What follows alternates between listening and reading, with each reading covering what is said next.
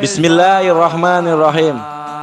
Dalam kitab Khazinatul Asrar, Asy-Syaikh Muhammad Hakim An-Nazili menjelaskan tentang fadilah surat Al-Insyirah dengan mengatakan, barang siapa yang mendawamkan membaca surat Al-Insyirah setiap selesai sholatnya, maka akan dimudahkan segala urusannya, dilapangkan hati dan berkah rizkinya, dihilangkan kesulitan dan kesusahannya, juga hilang sifat malas dalam beribadah, dan dijauhkan kegagalan usaha atau pekerjaannya.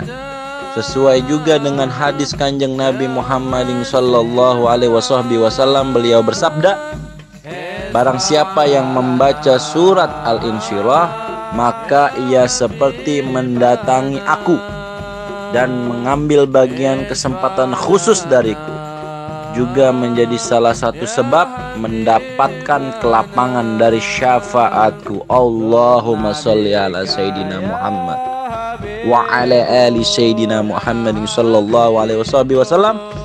Majelis Ar-Ratib Banten, Indonesia.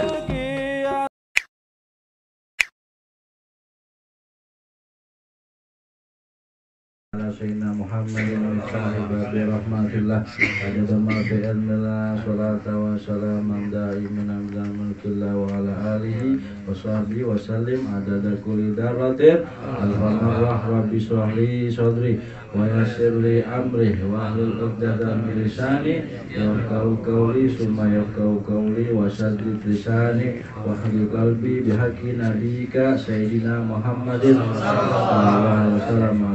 Alhamdulillah, segala puji bagi Allah Subhanahu wa taala yang telah terus menurunkan nikmat kepada kita semua, juga menurunkan dari segala kekuatan yang Allah berikan kepada kita, dan mudah-mudahan kita masuk dalam bagian orang-orang yang dicintai oleh Allah Subhanahu wa taala, serta kita dapat ridhonya Allah Subhanahu wa taala, dan kita juga sadar ridho akan keputusan dan ketentuan dari Allah Subhanahu wa taala. Amin ya rabbal alamin. Sholawat terlalu tercurah kepada junjungan muara cinta Kanjeng Nabi Maulana Muhammadin sallallahu alaihi wasallam. Alhamdulillah, kita malam Rabu ini juga hadir lagi kembali di tempatnya Kang Iswanto atau Bendot, yang kita panggil biasa Bendot.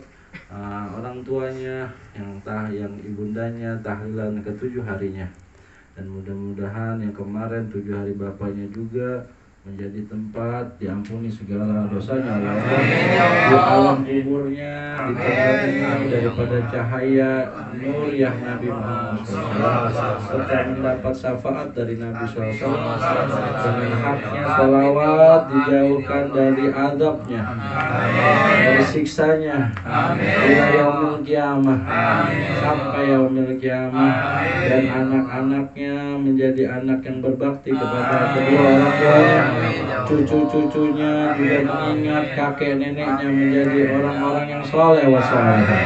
Amin ya rabbal alamin. Alhamdulillah, kemarin kita membahas banyak 2 hal hadis dari Sayyidina Abdullah bin Umar bin Khattab radhiyallahu ta'ala anhum, atau yang kita kenal biasa di hadis-hadis Ibnu Umar, anaknya Sayyidina Umar radhiyallahu ta'ala anhum.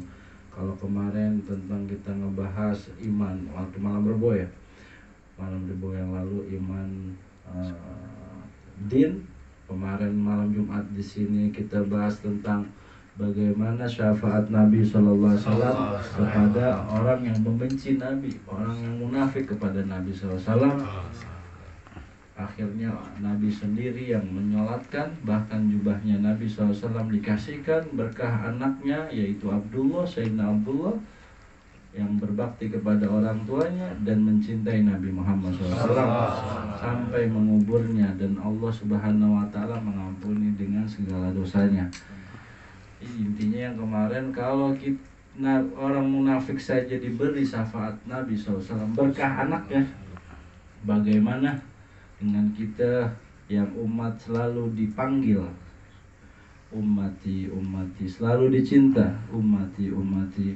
Mudah-mudahan jauhlah lebih kita diangkat derajatnya oleh Allah, dan benar-benar mendapatkan syafaat dari Nabi SAW, dan disestempel sebagai umat yang benar-benar mencintai kanjeng Nabi SAW, dan benar-benar Nabi SAW mencintai kita sejatinya cinta. Mudah-mudahan kita bisa secepatnya berjumpa dengan kanjeng Nabi SAW.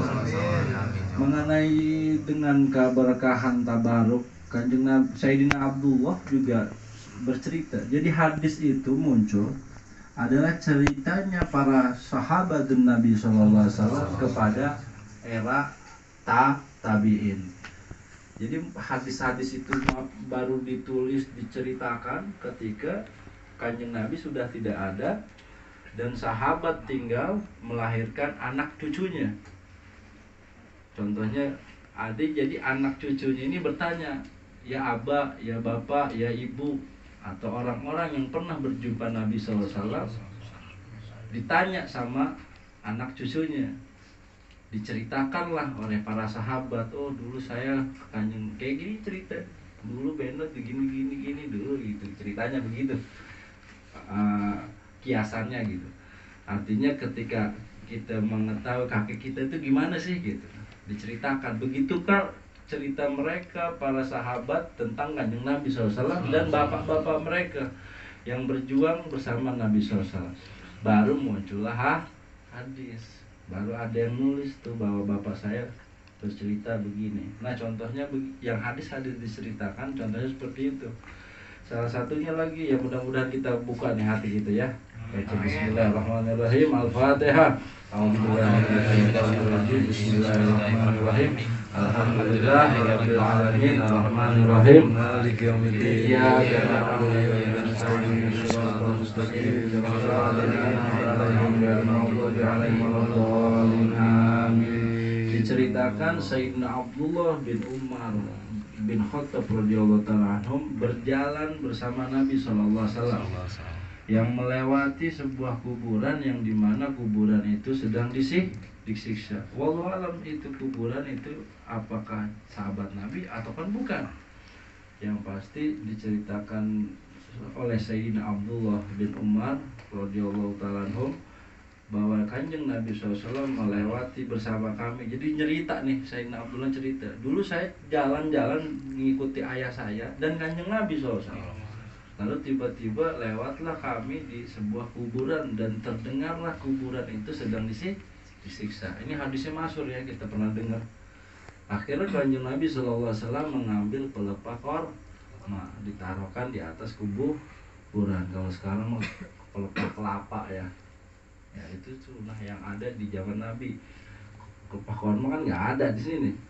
Hanya pakai pelepah kelapanya mirip-mirip lah. Intinya kalau kata Nabi SAW, selama ini pelepah korma belum layu, belum usang, masih hidup, masih segar, dia akan mensafati apa yang ada di dalam kubur ini. Seketika kubur itu berhenti. Dari amukan, dari teriakannya, dari jeritan yang terdengar oleh kanjeng Nabi SAW, oleh Sayyidina Umar bin Khattab, dan oleh Sayyidina Abdullah. Yang cerita Sayyidina Abdullah. Akhirnya singkat cerita berhenti. Akhirnya perjalanan Nabi berkata bahwasannya zikirnya tumbuhan saja mampu meredam azab dan murkanya Allah di alam kubur, apalagi zikir anaknya. Karena kemuliaan manusia lebih daripada tumbuhan. Dan kita dianjurkan setiap saat berzikir, berdoa, bersolawat untuk mengirim pahala dan hadiah kepada orang-orang tua kita. Dan mereka berhenti disiksa kalau disiksa. Tapi kalau misalkan Allah udah kasih nikmat, ditambah nikmat. Allahumma sholli ala sayyidina Muhammad wa ala sayyidina Muhammad. Apalagi kita baca sholawat. Ada kisah di era tabi'in. Nah itu cerita masyhur dari Sayyidina Hasan al-Basri radhiyallahu ta'ala. Ini eranya tabi'in nih. Murid-murid para sahabat. Itu Imam Hasan al-Basri pernah didatangi oleh seorang ibu. Ibu ini baru ditinggal wafat anak perempuannya. Anak perempuannya kurang baik lah. Waktu dikubur malam harinya langsung bermimpi ibundanya bahwa anaknya ini dalam keadaan disiksa di alam kuburnya. Lalu ibundanya datang ke Imam Hasan Al-Basri radhiyallahu ta'ala. Imam Hasan Al-Basri diminta tolong, ya Imam Hasan Al-Basri, saya bermimpi, coba tolong diliatin kuburan anak saya, bagaimana keadaannya. Seorang imam, murid para sahabat, juga punya koneksi, bisa melihat minta isyarah tentang seseorang di alam kubur ya. Ya khair, malamnya Imam Hasan Al-Basri berdoa kepada Allah, beristikharah, akhirnya Allah jabah melihat anak perempuan ibunda tersebut betul-betul lagi disiksa. Keesokan harinya ibundanya datang kembali, lalu Imam Hasan Al-Basri menceritakan tentang kejadian yang tadi malam beliau lihat, dan ibunya juga yang dapat hal yang sama. Menangislah ibunya, berarti benar mimpi saya ya. Kalau Imam Hasan aja bisa beristikharah dan melihat keadaan seperti itu, ya berarti keadaan anak saya begitu. Tolong ya Imam, bagaimana solusinya? Anak saya udah wafat dan dikubur, posisi sedang disiksa di alam kuburnya. Lalu Imam Hasan Al-Basri ngasih sebuah sholawat. Tuh, yang tadi tuh, yang ada di layar tadi tuh. Dikasih sholawat, akhirnya dikerjain sama ibu itu sambil terus-terusan menangis kepada Allah yang pahalanya untuk anaknya di alam kubur. Baru malamnya tiba-tiba Imam Hasan Al-Basri ngonek lagi ke kuburan anak perempuan tadi. Cuman kagetnya Imam Hasan Al-Basri, loh kok wujudnya berbeda, dengan kayak permaisuri, kayak putri ya, dikasih yang luar biasa, gimana sih, sebuah putri raja lah gitu. Lah kemarin baru disiksa, kok malam ini berubah, selang 1 hari langsung bak permaisuri atau seorang putri raja. Terus si putri ini ngomong, ya Imam, aku ini anak ibu yang kemarin itu yang kamu tanya, yang datang kepadamu. Karena berkah sholawat yang kamu baca, juga ibu saya baca, sehingga Allah kasih pahala seperti ini. Allah udah ampuni segala siksa kubur saya berkah sholawatmu dan sholawat ibuku. Allahumma sholli ala sayyidina Muhammad. Jadi mantep tuh sholawat tuh. Apalagi kita baca udah malam Jumat, udah malam Rabu. Kuburnya makin padang, makin terang, makin dekat oleh Nabi SAW. Dan apalagi kalau yang baca juga anaknya. Kalau ibu ke anak juga luar biasa, apalagi anak ke ibu ke bapak. Sedang sholawatnya seorang anak yang akan datang pahalanya ke laporan ke Nabi SAW, itu membawa nama kedua orang tuanya. Ya kalau sholat ibu kan harusnya ke bapak ibunya yang atas, ya kan? Tapi juga pahalanya bisa buat anak-anaknya. Apalagi seorang anak yang dimana kata Kanjeng Nabi, aku mengetahui sholawat umatku satu persatu berikut nama bapaknya dan ibunya. Allahumma sholli ala sayyidina Muhammad. Kayak Iswanto nih, sholawat malam ini nih banyak datang ke meja Nabi SAW. Oh, Iswanto bin Bapak Suparmin bin Bapak Kartodiarjo, ibunya namanya Ibu Sukino binti Bapak sholawat kepada aku. Hai malaikat, ampunilah segala dosa-dosa Iswanto, juga kedua orang tuanya, juga kakek neneknya atas. Itu hadis sahih. Allahumma sholli ala sayyidina. Mudah-mudahan anak-anak kita menyukai sholawat. Amin. Kita alhamdulillah menemukan jalur seperti ini. Itu syukur luar biasa. Karena benar-benar nggak semua orang mampu ikuti jalur seperti ini. Jalannya para wali, ibadahnya para wali. Apa kerjaan ibadah para wali? Ya baca Simtuduror, ya baca Dalail Khairat, ya baca Al-Quran, terlebih-lebih zikir tarekohnya, waratibul atos, waratibul haddad, zikir aswa, zikir tauhid, wirdun natif, zikir tarekoh sajiliyah. Allah, itu kerjanya para wali. kita dapat bagian itu dan mampu sedikit menikmati cicipan dari lautan zikir-zikir toreko. Kerjaannya, jalannya para wali. Mudah-mudahan yang sedikit ini, kemampuan yang sedikit ini, kita masuk persennya wilayah para aulia, kekasih-kekasih Allah. Dan kita juga punya anak yang masuk wilayahnya para kekasih-kekasih Allah. Cucu-cucu, mudah-mudahan semua mereka diberikan taat, sadar keberkahan mereka, juga mereka dapat berbakti kepada kita sebagaimana kita berbakti kepada kedua orang tua kita. Amin ya rabbal alamin. Al-Fatihah bil qabul tamamul samakmul wala hadratir rasul sallallahu alaihi wasallam ala ali al-Fatihah. A'udzubillahi minasyaitonir rajim. Bismillahirrahmanirrahim. Alhamdulillahirabbil alamin arrahmanir rahim maliki yaumiddin. Iyyaka na'budu wa iyyaka nasta'in ihdinas siratal mustaqim siratal ladzina an'amta 'alaihim ghairil maghdubi 'alaihim waladdallin. Amin. Allahumma sholli wa sallim wa barik alaihi wa ala alihi. Mau cerita sedikit karena kalau ada yang bertanya kenapa mindahin penyakit itu ke kambing, bisa secara harfiah ya. Adalah yang tanya, ya Pak ya, kemarin kan saya cerita sedikit, cuman yang lain juga belum tahu. Bahwasannya ilmu memindahan itu udah ada lebih jauh sebelum Nabi Muhammad SAW hadir. Siapa yang terkenal, termasyhur? Kisahnya Nabi Sulaiman alaihissalam. Nabi Sulaiman alaihissalam, tahu kan cerita Ratu Balqis atau Balqis, ya kan? Yang kata Nabi Sulaiman ngomong ke rakyatnya, ke umatnya, siapa yang di sini bisa mindahin istananya atau singgasananya Ratu Balqis? Diomongin ke semua kaumnya, baik itu bangsa jin, hewan, manusia, semua yang dia dalam kendalinya Nabi Sulaiman alaihissalam. Akhirnya berdiri bangsa jin, ya Nabi Sulaiman, saya Nabi Allah, rajaku, saya bisa mindahin semua istananya Ratu Balqis dalam sebelum engkau berdiri dari dudukmu. Wah, bangsa manusia dari kaum walinya Allah Subhanahu wa taala nggak terima ya. Jin udah ngengkeng duluan dia bisa kan gitu. Saya ya Nabi Allah Sulaiman, wahai rajaku, kata bangsa manusia. Nah, jadi bangsa wali udah ada, bukan hanya zaman sekarang. Nabi-nabi sebelumnya punya kaum para wali. Nah inilah para walinya Nabi Sulaiman alaihissalam. Saya Nabi Allah Sulaiman, sebelum engkau berkedip istana Ratu Balqis, berikut isinya udah pindah ke sini.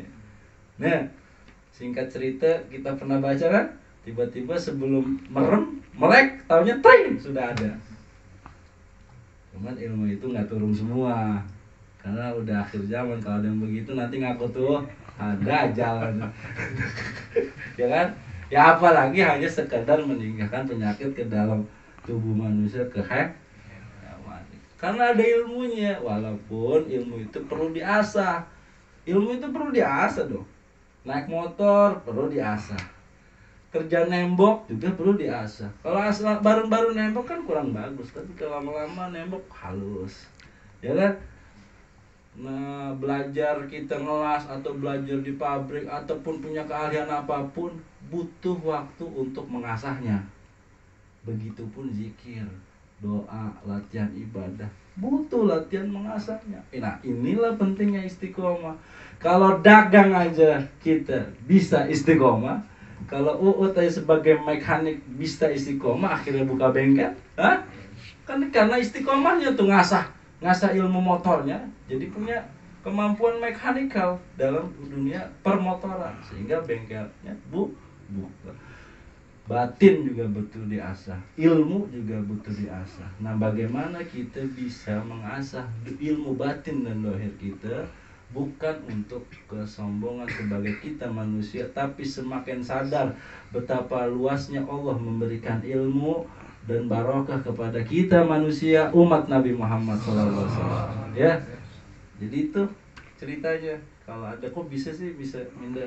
Ya, jauh sebelum kita lahir udah ada yang memindahkan kota dalam sekejap dari bangsa manusia. umat Nabi Sulaiman alaihissalam. Dan salah satu bangsa manusia ini juga mencintai Nabi Muhammad SAW. Ceritanya waktu pada saat perjalanan Nabi Sulaiman mendapatkan wahyu dari Allah Subhanahu wa taala. Nah, ini yang mindahin istana Ratu Belkis.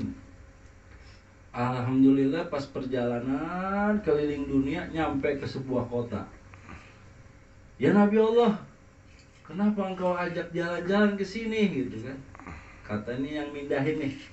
Tapi memang karena cintanya dari nuriyah Nabi Muhammad kerasa di dalam dirinya, Nabi Sulaiman bilang, aku mendapatkan wahyu bahwa aku harus datang ke tempat ini.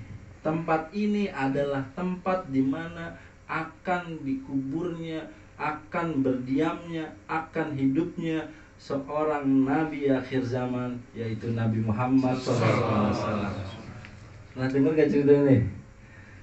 Akhirnya Nabi wali yang tadi nih ngomong ke Nabi Sulaiman, ya Nabi Allah Sulaiman, bolehkah aku menetap di sini untuk menunggu sampai datangnya kabar Nabi akhir zaman yang kau bicarakan? Akhirnya Nabi Sulaiman ngasih titah, ya khair, kamu tunggu di sini, kamu bangun di sini sampai kekasihnya Allah, yang dimana setiap nabi harus mempercayainya untuk menjadi nabi ya di sisi Allah Subhanahu wa taala. Jadi nabi-nabi itu harus ngasih stempel bahwa Nabi Muhammad SAW adalah nabi, orang mulia di sisi Allah Subhanahu wa taala, baru tuh dia naik derajat menjadi nabi. Seperti tobatnya Nabi Adam alaihissalam. Kalau Nabi Adam nggak ngomong dengan ketitelan Nabi Muhammad SAW, nggak diampuni dosanya, nggak jadi nabi lagi. Iya, itu nabi, orang manusia pertama, kakek nenek kita, bangsa manusia, ya kan? Nah, singkat cerita Nabi Allah Sulaiman ninggalin tuh orang. Namanya kan kita kenal Madinah itu Yastrib ya. Kalau nggak salah namanya Yatsbi, apa Yatbo, apa itu, pokoknya ada ya-nya gitu, mirip dengan nama kota tersebut. Ya intinya beliau tunggu dibangunlah sebuah rumah pertama di kota Yastrib yang disebut Madinah Al-Munawwarah. Beliau bikin rumah tersebut sampai tua, sampai banyak orang yang datang ke situ. Itu eranya Nabi Sulaiman tuh. Ke Madinah itu, kota Madinah itu dibangun pada saat nama Nabi Sulaiman. Yang bangun itu yang mindahin kota Ratu Belkis. Dibangunlah sebuah rumah, tingkat langsung. Di zaman itu udah mewah, tingkat langsung. Nah, akhirnya turun temurun. Belum lahirlah Nabi Muhammad SAW. Punya, kalau orang dulu kan hidup bisa 500 tahun, 1000 tahun gitu kan. Intinya udah punya anak, udah punya cucu, udah punya cicit mungkin ya. Lalu menulis wasiat nih wali ini, atas nama Allah, atas nama Ahmadur Rasulullah, kekasihnya Allah yang dikabarkan oleh Tuhan saya, Raja saya, Nabi Sulaiman, menitahkan rumah ini untuk Nabi Muhammad SAW. Allahumma shalli ala Muhammad. Dulu tinggal tulis selesai. Meninggallah mereka semua, nabinya belum lahir. Singkat cerita, Nabi Allah Sulaiman juga wafat, semua wafat. Eranya Kanjeng Nabi SAW hijrah ke Madinah. Makanya pas ketika hijrah Nabi Muhammad SAW ke Madinah, memerintahkan ontanya, ya onta, di mana jejak Nabi Sulaiman. Ini udah tahu Kanjeng Nabi tuh. Jalan, orang-orang udah nunggu tuh, ini namanya orang mulia ya, pengen di rumah yang ini, di rumah saya aja Rasulullah, di rumah saya aja Rasulullah, rebutan. Tapi kata Kanjeng Nabi SAW bilang, biarkan unta saya yang memilih di mana saya harus tinggal. Nah, Nabi SAW ngomong di mana apa yang disiapkan oleh Nabi Sulaiman alaihissalam. Singkat cerita, jalan sampailah ke tempat rumahnya Nabi SAW, yaitu sahabat Abu Ayyub Al-Ansari. Itulah keturunan wali di mana eranya di zaman Nabi Sulaiman alaihissalam, lalu turun di depan rumahnya Abu Ayyub Al-Ansari, masuk ke rumah Abu Ayyub Al-Ansari, Sayyidina Abu Ayyub Al-Ansari. Ya Abu Ayyub, di mana catatan yang pernah kakek nenekmu tulis, katanya. Lah, kaget Abu Ayyub, sudah. Kenapa Abu Ayyub orang pertama bangsa Ansor yang berbeat kepada Nabi SAW? Karena khobarnya udah ada di kakek nenek yang ditulis, yaitu kakeknya yang memindahkan istana Ratu Belkes, yang dimana dititahkan untuk membangun sebuah kota yang akan tempat hijrah, kehidupan dan wafatnya Kanjeng Nabi SAW. Tuh, itu nggak tahu itu cerita ya? Tahu nggak? Seru nggak? Apa terusin gini? Terus ya, akhirnya pas dibaca Allahumma sholli sadaqta ya Rasulullah, bagaimana engkau mengetahuinya? Aku belum berbicara, katanya. Sayyidina Abu Ayyub akhirnya diambil tuh berangkas, dibaca Allahumma sholli ala Sayyidina Muhammad wa ala Sayyidina Muhammad. Betullah mukjizat para nabi, bahwa para aulia di zaman nabi-nabi sebelumnya juga menunggu, bahkan keturunan Ansor itu berasal dari para wali yang memindahkan istana Ratu Belkes di zaman Nabi Sulaiman alaihissalam. Dan itu ditunggu ratusan ribuan tahun. Nah, kita nggak minta, kita nggak nunggu, kita nggak berjuang, udah dikasih stempel umat Nabi Muhammad SAW. Allahumma taqabbal hada min ummati Sayyidina Muhammad. Allahumma taqabbal hada min ummati Sayyidina Muhammad. Allahumma taqabbal hada min ummati Sayyidina Muhammad. Ya Allah, ya Allah, ya Allah, wa ila hadratin Nabi Sayyidina Muhammad sallallahu alaihi wasallam. Al-Fatihah. Bismillahirrahmanirrahim. Alhamdulillahi rabbil alamin. Ar-Rahmanir Rahim. Malik yaumiddin. Iyyaka na'budu wa iyyaka nasta'in. Ihdinas siratal mustaqim. Siratal ladzina an'amta 'alaihim ghairil maghdubi 'alaihim waladdallin. Amin. Jadi apa wiridnya, doanya wali tersebut? Doanya ada di Hizbul Bahar itu. Bismillahirrahmanirrahim. Bismillahirrahmanirrahim. Bismillahirrahmanirrahim. Wallahu la haula wala quwwata illa billahil aliyyil azim. Bismillahirrahmanirrahim. Bismillahirrahmanirrahim. Bismillahirrahmanirrahim. Wallahu la haula wala quwwata illa billahil aliyyil azim. Bismillahirrahmanirrahim. Bismillahirrahmanirrahim. Bismillahirrahmanirrahim. Wallahu la haula wala quwwata illa billahil aliyyil azim. Ini wiridnya walinya Nabi Sulaiman alaihissalam, tertulis di Hizbul Bahar. Kenapa Sayyidi Syekh Abil Hasan Sadili tahu ini wiridnya? Karena beliau langsung bertemu dengan ruh di alam sana. Dalam rohaniyahnya Sayyidi Syekh Abil Hasan Sadili bertemu daripada walinya di umat Nabi Sulaiman alaihissalam. Akhirnya ditulis di Hizbul Bahar. Itu sebenarnya cuman karena nggak diasah. Coba diasah. Tapi jangan mindahin hati ya. Ini bahaya nih. Kalau salah-salah mindahin hati nih. Jadi pelet dah. Wallahu akbar. Hati-hati ya. Ini buat mindahin ya penyakit. Kalau bisa yang paling susah mindahin hati yang mati jadi hidup. Mindahin orang yang malas jadi semangat. Jangan yang dikejar mindahin hati orang ya Allah. Jangan. Tapi udah ngalamin ya. Jangan lagi dah. Sengsaranya sekarang ya. Tetap perempuan itu menyakitkan. Masuknya menyenangkan juga menyakitkan. Lengkap rasanya. Shallallahu alaihi Muhammad.